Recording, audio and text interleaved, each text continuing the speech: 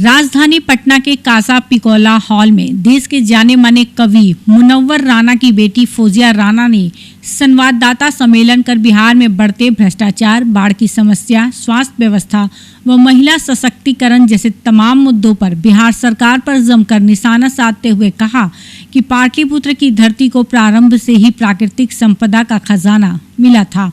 कोयला, लौह अयस्क, यूरेनियम, माइक्रोबॉक्साइट और ना जाने क्या क्या प्राकृतिक संप्रदाय ऐसी थी जो बिहार की धरती में पाई जाती थी, परंतु राजनीति के किन्हीं महानुभावों की वजह से प्रांत का बंटवारा किया गया। 15 नवंबर सन 2000 को बिहार से अलग होकर झारखंड बना और आज पूरा देश जानता है कि काबिलियत के मामले में हम कितने पीछे हो चले हैं और वो कितने आगे। नेताओं के लालच और फायदे के कारण ऐसी नौबत आई थी। अब वर्तमान में भी ऐसी स्थिति लाई जा रही है। बहुत बहुत शुक्रिया आप लोगों ने अपना वक्त यहाँ पर दिया और हमारे इस कॉन्फ्रेंस में आप लोग आए। मैं इसके लिए आप सब तहे दिल से शुक्रगुजार हूँ। मैं फौजिया राना, डॉटर ऑफ जनाब मुनव्वर राना, आज आप लोगों के सामने, समस्त बिहार वासियों के सामने उपस्थित हुई हूँ कुछ जरूरी मुद्दों पर। वो मुद्दे हैं महिलाओं का सशक्तिकरण, और सशक्तिकरण का मुद्दा इसलिए उठ रहा है क्योंकि आने वाले चुनाव में तमाम पार्टी का ध्यान मैं केंद्रित करना चाहती हूँ कि कुछ एक ऐसे अहम मुद्दे हैं जिन पर अभी तक कोई रोशनी नहीं डाली गई है। और उसके साथ मैं तमाम मीडिया कर्मी को आज मैं ये बताना चाहती हूँ कि जैसे कि डॉक्टर्स के बारे में कहा जा रहा है, जैसे कि पुलिस के बारे में कहा जा रहा है कि they are the true warriors, they are the corona warriors, लेकिन मीडिया कर्मियों के बिना कुछ भी संभव नहीं है। मैं आप सब लोगों को सही में एक योद्धा मानती हूँ क्योंकि बिना आप लोगों के कोई चीज भी संभव नहीं है। You guys are the true warriors, जिन्होंने अपनी जान जोखिम में डाल के, चाहे नोटबंदी हो, देशबंदी हो या कोरोना जैसी महामारी हो। आज आप सुशांत सिंह राजपूत का ही केस देख लीजिए, कोई भी राजनीतिक पार्टी उसका क्रेडिट न ले, all the credit first goes to the media person. वरना बड़े बड़े मुद्दे देश में उठते हैं, अखबार के पहले पन्ने से शुरू होते हैं और आखिरी पन्ने तक एक हफ्ते में चले जाते हैं, फिर वो खबर कहीं भूमिल हो जाती है, कहीं गायब हो जाती है, विलुप्त हो जाती है। लेकिन मीडिया बंधुओं ने सुशांत सिंह केस का मुद्दा आवाज उठाई गई, कहीं नहीं दबे, और उसका सबसे बड़ा जो सच सामने आया कि देखिए आज आप लोगों की मेहनत रंग लाई और वो मुद्दा सीबीआई जांच में गया। मैं इस अपना मुद्दा रखने के बाद आप सभी मीडिया कर्मियों को आप लोगों के इस योगदान के लिए, संपूर्ण योगदान, चाहे देशबंदी हो, नोटबंदी हो या कोरोना जैसी महामारी हो, मैं आप लोगों को सम्मानित करती हूँ और मैं दिल से आप सबके इस जज्बे को सैल्यूट करती हूँ। Thanks to all of you.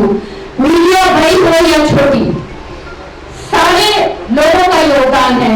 जब मैदान में उतरते हैं तो सब बराबर होते हैं जंग के खेलने में। इसमें क्रेडिट बड़ी छोटी सब मीडिया का है और आप लोगों का एक महत्वपूर्ण योगदान रहा।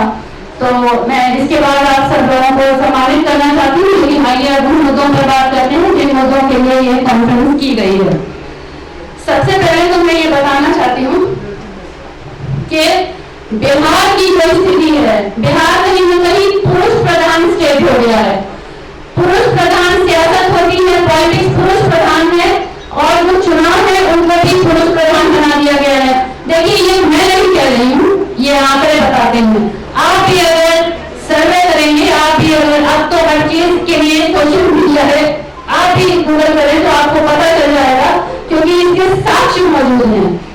तो जब स्त्री को जगत जननी कहा जाता है तो इस स्तर पर भी बराबर से लाएं।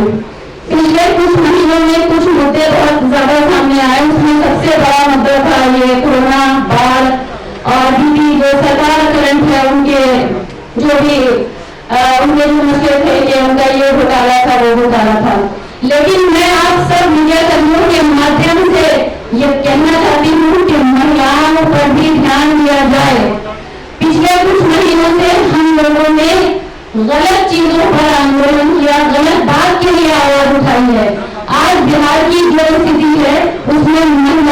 जो स्थिति को बिल्कुल बद से बदतर होती जा रही है, इन पर कोई कुछ बोलने वाला नहीं है। जो अभी रिसेंट सूबे के सरकार हैं, मैं उनका भी ध्यान केंद्रित करना चाहती हूँ कि कहीं ना कहीं आप लोगों ने महिलाओं को कहीं किनारे कर दिया है। क्यों ये स्थिति आ रही है? और कोई एक आवाज उठे जो ये कहे। मेरा मेन इस वक्त मुद्दा यहाँ पर यही है कि महिलाओं पर ध्यान दिया जाए। जो चुनाव होने वाले हैं, अपने मैनिफेस्टो पर सिर्फ सीमित नहीं रखिए। महिलाओं के मसलों को हम आगे लाकर बात करेंगे। अब हम यहाँ पर, क्योंकि महिलाओं की योग्यता को आगे पिछले बेहद जो भी सड़कों पर जो आंदोलन हुए, जो बड़े बड़े आंदोलन सामने आए, उसमें महिलाओं ने अपनी योग्यता को दिखा दिया है कि वो चाहे तो वो अच्छा खासा एक इतिहास रख सकती है, तो उनको कहीं पर नजरअंदाज न किया जाए। अब यहाँ पर एक अहम मुद्दा है जो बिहार के लिए अहम है, वो है शिक्षा का। शिक्षा के मामले में बिहार की स्थिति बहुत खराब है। अगर सरकार ये दावा करती है कि हम ये लेकर आए, हमने ये बालिकाओं का किया या कुछ भी, ये अपने एक चलते रहते हैं, मैं कतई उसको सच नहीं मानती हूँ। क्योंकि जब ये कहा ही जाता है कि हम वहाँ से मदद करते हैं, आप तक पहुँचती नहीं, जब ये चीजें सरकार को मालूम है, तो सरकार ने इसके खिलाफ क्यों नहीं कोई कार्रवाई की? आज आप स्थिति देखिए कि लड़कियों की पढ़ाई के लिए जो भी लड़कियां हैं वो पढ़ना चाहती हैं, बहुत सी ऐसी जगहें हैं जिनके आंकड़े मेरे पास मौजूद हैं, जो जगहें मेरे पास हैं, वहां तक कोई सुविधाएं नहीं है। बेसिक सुविधा होती है कि महिला शिक्षा कर्मी है नहीं, तो कहीं ना कहीं पेरेंट्स जब अपने बच्चों को भेजते हैं, लड़कियों को भेजने से कतराते हैं कि शिक्षा कर्मी नहीं है। चाहे पानी की व्यवस्था हो या भवन की व्यवस्था हो, ये सारी चीजें बहुत ज्यादा खराब स्थिति में है। तो इनके लिए क्या आने वाले जो चुनाव है उस पर रोशनी बनेगी या बस यूं हमारी बातें होंगी और एक दूसरे पर प्रहार होगा, एक दूसरे पर हम आक्रमण करेंगे? और जो मेन मुद्दे हैं कहीं ना कहीं उसमें ये मुद्दे बढ़ जाते हैं कि औरतों की भी स्थिति खराब है, उस पर रोशनी डालिएगा। इनएजुकेटेड टीचर्स हैं, जो टीचर्स आप रखते हैं उनको ट्रेनिंग नहीं दी जाती है। विदाउट ट्रेन टीचर जब आप पढ़ाएंगे बच्चों को तो बच्चे क्या सीखेंगे? बहुत सी ऐसी सोशल मीडिया पे ग्रुप बनाए जाते हैं कि उनको जानने की स्पेलिंग नहीं आती, उनको ये नहीं मालूम कि बिहार के चीफ मिनिस्टर का नाम क्या है। तो जब शिक्षा की स्थिति ये है, उसका कारण सरकार है, क्योंकि सरकार कहीं ना कहीं शिक्षकों को अनदेखा करती है। जब आप वेतन नहीं देंगे तो शिक्षक ने भी वही मान लिया है कि जब वेतन नहीं मिला तो हमें काम ही नहीं करना है। मुझे बहुत आश्चर्य होता है कि जो भी सरकार आती है वो जनता को सिर्फ वोट बैंक की तरह यूज करती है। क्या अब ये चुनाव के वक्त क्या मास्टर स्ट्रोक खेलने की जरूरत थी कि अब शिक्षक यहाँ जा गए, अब आइसोलेशन सेंटर बनते हैं? इतने दिनों से 4 महीने से जब देश बनता, जब ये लॉकडाउन था, तब ख्याल नहीं आया। बहुत अफसोस की बात है कि जब चुनाव करीब होते हैं तब जनता याद आती है। मैं सब चैनल माध्यम से, सब जितने भी यहाँ पे मीडिया कर्मी मौजूद हैं, मैं आप सब भाइयों की चैनल के माध्यम से बताना चाहती हूँ कि जनता को वोट बैंक की तरह मत यूज कीजिए। जनता की जरूरतों का पूरा 5 साल ध्यान रखना है, सिर्फ चुनाव में नहीं कि चुनाव आए तो आपने घोषणाओं पे घोषणाएं शुरू कर दी। ये पॉकेट में क्यों रखते थे आप? इंतजार के लिए। यानी कितने अफसोस की बात है कि अगर अभी चुनाव नहीं होते तो मुजफ्फरपुर में जो आइसोलेशन सेंटर तैयार हो रहे हैं वो भी नहीं होते, कोई मदद नहीं होती। तो कहीं न कहीं ये दर्शाता है कि आम जनता को, खासतौर पर महिलाओं को सिर्फ और सिर्फ इस्तेमाल किया जाता है। कहीं न कहीं ये प्रॉब्लम होती है जब शिक्षा नहीं होगी तो हमें जानकारी भी नहीं होगी कि क्या अच्छा है क्या बुरा है। तब शिक्षक नहीं है, चिकित्सा का हाल वही है। अरे भारत में नहीं, विश्व में भारत की स्थिति स्वास्थ्य के मामले में 112वें नंबर पर है। जब स्थिति इतनी खराब है, इतनी बड़ी महामारी निकी दस्तक दिसंबर से हो गई थी, जनवरी ने आगाह किया था, लेकिन तभी सरकार नहीं जागी। बाकी बड़े बड़े मुद्दों को दबाकर चिकित्सा पर ध्यान देना चाहिए था। आप बिहार की स्थिति देखिए, इतिहास में दिया है कि जहां पर कोविड के सैंपल पानी में तैरते हुए मिले हैं। क्या ये शासन होता है? नहीं। बहुत अफसोस की बात है कि महिला को सुरक्षा, एक नारा लगा था जहां बहुत पहले, और वो नारा ये था, बेटी बचाओ। कहीं ना कहीं ये आपको बताया जा रहा था कि भाई बेटी बचाओ। अब हो सकता है कि नारा बदल जाए और वो बेटी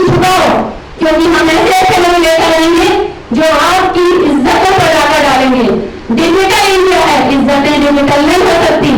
कहाँ तक बेटियां सेफ हैं? आइसोलेशन सेंटर में रेप होता है और खबर को बहुत आसानी से पीछे कर दिया गया। क्यों? कभी उन माँ बाप का दर्द पूछा? दरभंगा की तरफ एक बच्ची का रेप हुआ था। बहुत दिनों तक ये खबर सोशल मीडिया पे चली कि एक बच्ची साइकिल पर जो अपने पिताजी को लेकर आई थी दिल्ली से, ये वो बच्ची है। सोशल मीडिया या किसी और तरीके से ये कंफर्म हुआ कि वो बच्ची नहीं थी, तो मामला बढ़ गया। मतलब इज्जतें उन पर केंद्रित होंगी तो कहीं न कहीं बड़े हैं या जो रसूलदार लोग हैं उनकी इज्जत है। मैं कतई सख्त से सख्त शब्दों में निंदा करती हूँ, मजम्मत करती हूँ कि इन हिंदुस्तान में कानून जब तक नहीं बनेगा कि बलात्कार की सजा सिर्फ और सिर्फ मौत होनी चाहिए। लेकिन स्टिल तमाम मुद्दों पे कि नारी का हम ऐसे करते हैं, हमने इस तरह का आंदोलन बना दिया कि नारियों की सुरक्षा के लिए चाहे वो मुस्लिम हो हिंदू हो, सबसे बड़ी समस्या है अगर औरतों की तो वो है रेप की। अगर आप इस पर कानून सख्त करेंगे और ऐसी सजा दें कि करने वाले का रूह कांप जाए, उसको देखे उस सजा याफ्ता को उसकी रूह कांप जाए, कहीं न कहीं इस पर कमी आएगी।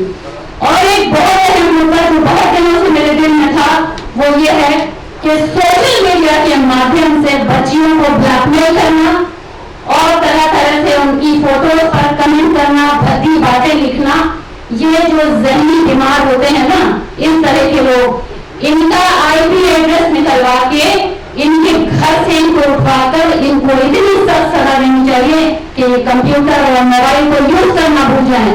किसी को राइट नहीं है कि वो किसी को मेंटल इतना हैरेस करे कि कभी 16 साल की बच्ची हो या 12 साल की या 40 वर्ष की औरत हो, वो खुदकुशी करने पर आमादा हो जाती है। महिलाओं को आत्मनिर्भर बनाने के लिए कहीं कोई बहुत सक्षम कदम नहीं उठाती। जो भी सरकार आती है वो अपनी बात करती है, इसकी ठीक है बहुत अहम मुद्दे हैं, लेकिन मैं पूछती हूँ महामारी के अलावा भी बिहार में तो अक्सर सुनने को मिलता है और अक्सर होता आया है। आप जाइए गाँव में देखिए डॉक्टर्स नहीं है। अभी रिसेंट कोविड में कितनी बार ऐसा हुआ कि लोग वहां पर इलाज के लिए गए, चाहे एमएमसीएच हो या पीएमसीएच हो, बाहर दम तो है, लेकिन सूबे के सरदार के वहां अगर कोविड में बसर दी तो उनके घर को अस्पताल बना दिया गया। साहब संविधान ये कहता है कि कानून सबके लिए बराबर होता है। अगर आपको स्वास्थ्य के लिए चीजें मुहैया हैं तो आपको जनता ने चुना है, आपने ध्यान क्यों नहीं दिया? कितने लोगों ने अस्पतालों के बाहर तक तोड़ दिया। जिस वक्त लॉकडाउन था हजारों औरतों ने सड़क पर बच्चों को पैदा किया, सड़क पर बच्चों का जन्म हुआ, सरकार की आंख तभी नहीं खुली। कितने ऐसी लाशें थी जो कोविड की या तो कुत्तों ने खा ली और या कितनी बार ऐसा हुआ कि डेड बॉडी हॉस्पिटल में रख के सड़ गई, मगर उनकी कोई सुनवाई नहीं थी। मेरी ये सारी बातें का साक्ष्य मेरे पास मौजूद है, सोशल मीडिया पर मौजूद है। ये सारी वो बातें हैं जो सच है और इनके खिलाफ किसी भी सरकार ने कुछ सोचा है। मैं यहाँ से बिहार की तमाम महिलाओं से ये रिक्वेस्ट करती हूँ, निवेदन करती हूँ कि देखिए सरकार वो चुनिएगा जो आपके हक में बेहतर हो। पकड़ के हाथ पकड़ के कोई ले जाए और कहे अंगूठा लगा दो, आप उस पर मत आइएगा, आप जागने का वक्त है। एक इंसान अगर खड़ा हुआ है लश्कर खुद ब खुद पीछे आ जाएंगे। कहीं न कहीं ऐसा होता है कि लोग सोचते हैं कि हम अगर इसके खिलाफ अगर ये बात करते हैं तो कहीं ना कहीं ये बात का कोई सियासी दाव होगा या सियासत से होगा, लेकिन ऐसा नहीं है। जहाँ हम लोगों को आंदोलनकारियों को गलत करेगा कि गलत हो रहा है तो हम उसके खिलाफ आवाज उठाएंगे। यहाँ और भी कई ऐसी बातें थी जिनको मैंने आपके सामने रख दिया कि बिहार में महिलाओं की स्थिति चाहे चिकित्सा हो या स्वास्थ्य हो या शिक्षा हो या सुरक्षा हो, सब लचर पचर व्यवस्था है। इस लचर पचर व्यवस्था के लिए सही करवाने के लिए हमने और हमारी टीम ने ये बिगुल बजाया है कि हम जगह जगह जाकर वहां का सर्वे करेंगे। और हमारी टीम पिछले कई दिनों से सर्वे पर है और हमने ये अंदाजा लगाया कि जो बाढ़ वाले क्षेत्र हैं उनमें भी कोई सरकारी मदद कुछ भी नहीं है। और जिस वक्त देशबंदी हुई उस वक्त ये पता चल चुका था कि हम कहाँ पर खड़े हैं। आम जनता ने मिलकर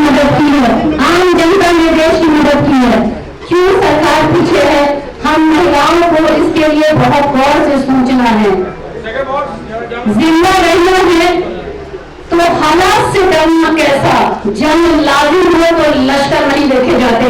ये कहना के पीछे कोई पार्टी हो तब जी नहीं, आप आवाज सच के खिलाफ उठाइए। तमाम बिहार की महिलाएं सच के लिए जब तक आवाज नहीं उठाएंगी तब तक कोई पार्टी नहीं जागेगी।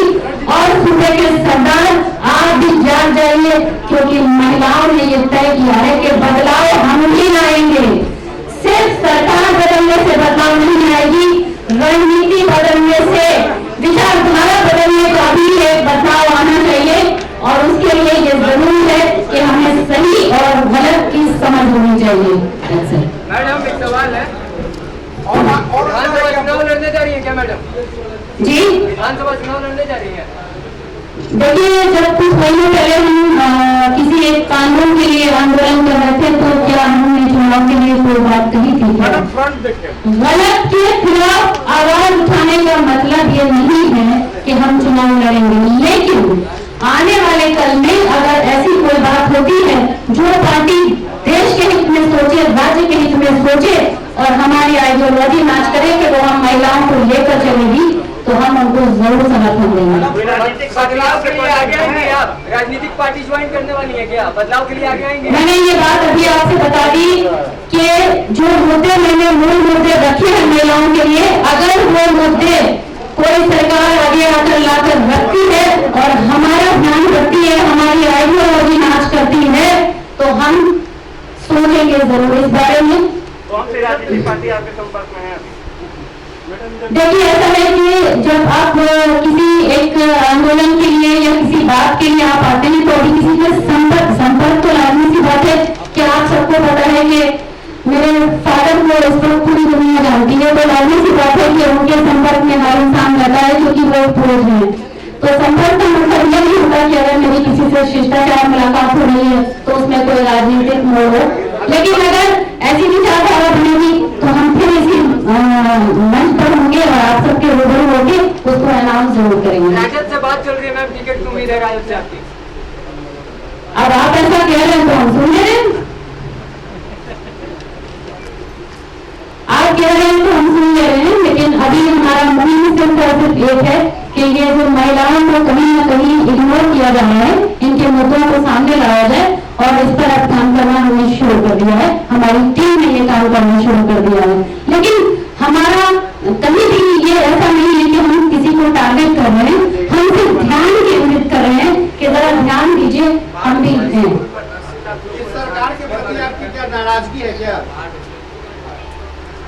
देखिए, ये सरकार हो, केंद्र सरकार हो या कहीं की भी सरकार हो, अगर कहीं कोई कुछ गलत करेगा तो उसके लिए आवाज आपको उठानी है और आवाज गलत के लिए हमेशा उठानी चाहिए। उसमें ये सरकार या वो सरकार या आने वाली कोई सरकार क्या मतलब है कि आने वाली कोई सरकार अगर गलत करेगी तो हम खामोश रहेंगे? हमने आपसे कहा ना कि गलत के लिए बोला जाएगा, लेकिन हाँ, गलत के लिए हम बोले, लेकिन बोले हमेशा। मैं एक बात कहती हूँ कि जब कोई व्यक्ति किसी स्थान पर होता है तो हमें उस व्यक्ति के जो स्थान है उसकी गरिमा का ख्याल रखकर अपने विचार व्यक्त करने चाहिए, ये खास ध्यान रखना चाहिए। और शब्दों में मर्यादा, शब्दों की मर्यादा में बड़ी बड़ी बात करी, नाराजगी हमारी है, नाराजगी इस वजह से है, कुछ चीजें हैं जिनका ध्यान नहीं किया जा रहा है और अभी तो ये बात यहाँ रखी जा रही है क्योंकि एक ही आंदोलन से आंदोलन खत्म नहीं होते। गलत के लिए जब कुछ आवाज उठाई जाएगी तो हम उसी जोश और खरोश के साथ आएंगे जैसे पिछले 5-6 महीने पहले हम आए थे। मैम, बाढ़ में 80 लाख दरभंगा का आपने जिले किया, किसी दूसरे जिले का नहीं किया? कोई खास आपका लगाव उस जिले से? मैंने पूरे बिहार का जिक्र किया, मैंने दरभंगा का जिक्र किया कि मैंने आइसोलेशन सेंटर में एक रेप की बात की थी। उसी पर मैंने बताया कि दरभंगा जिले में भी एक कुछ हुआ था, एक बच्ची थी जो बाद में पता चला कि दलित थी। चंद्रशेखर जी उस मुद्दे के लिए आए भी थे, तो दरभंगा से मेरा तात्पर्य ये था। मैडम, आप न्याय की बात कर रहे हैं, एक और न्याय की मांग हो रही है सुशांत सिंह राजपूत, उस पर क्या कहना? सुशांत सिंह राजपूत के लिए सीबीआई जांच है और मैंने बहुत पहले भी ये बात कही थी कि सुशांत सिंह भारत के नहीं, बिहार के नहीं, पूरे भारत के बेटे हैं। भारत के बारे में कहीं न कहीं सिर्फ बिहार में नहीं, पूरे हिंदुस्तान में एक बहुत बड़े कलाकार को खो दिया है और उनको न्याय मिलना चाहिए और सख्त से सख्त कार्रवाई होनी चाहिए। खुद मैं पर्सनली ये बताऊं कि कहीं न कहीं सुशांत सिंह के जाने से पर्सनली मुझे बहुत हर्ट था, क्योंकि वो मेरे अच्छे फेवरेट स्टार्स में थे। हो गया ना? कहीं बिहार की राजनीतिक पार्टी आपको दूसरा हो वैसी नहीं समझ ले। देखिए, अगर ये मेरी बात अगर क्या महिलाएं सिर्फ वैसी टीटी पार्टी में है क्या, तो समझा जाएगा। महिलाएं तो सब में है। मैंने एक विशेष वर्ग को केंद्रित नहीं किया है, मैंने महिलाओं की बात की है। महिलाएं हिंदुस्तान में या पूरी दुनिया में किसी एक विशेष वर्ग की नहीं है।